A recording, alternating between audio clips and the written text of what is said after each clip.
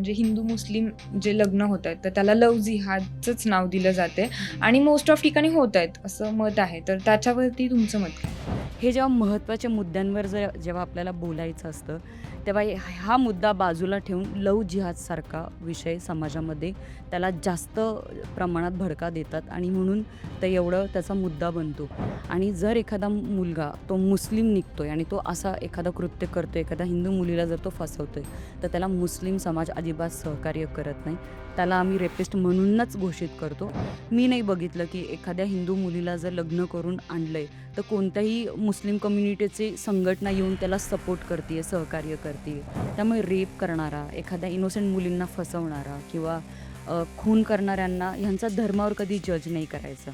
ते नीच लेव्हलचे असतात आणि जरी तो मुस्लिम आहे, तरी त्याला मुस्लिम धर्म कोणताही त्याला सपोर्ट नाही करत आहे.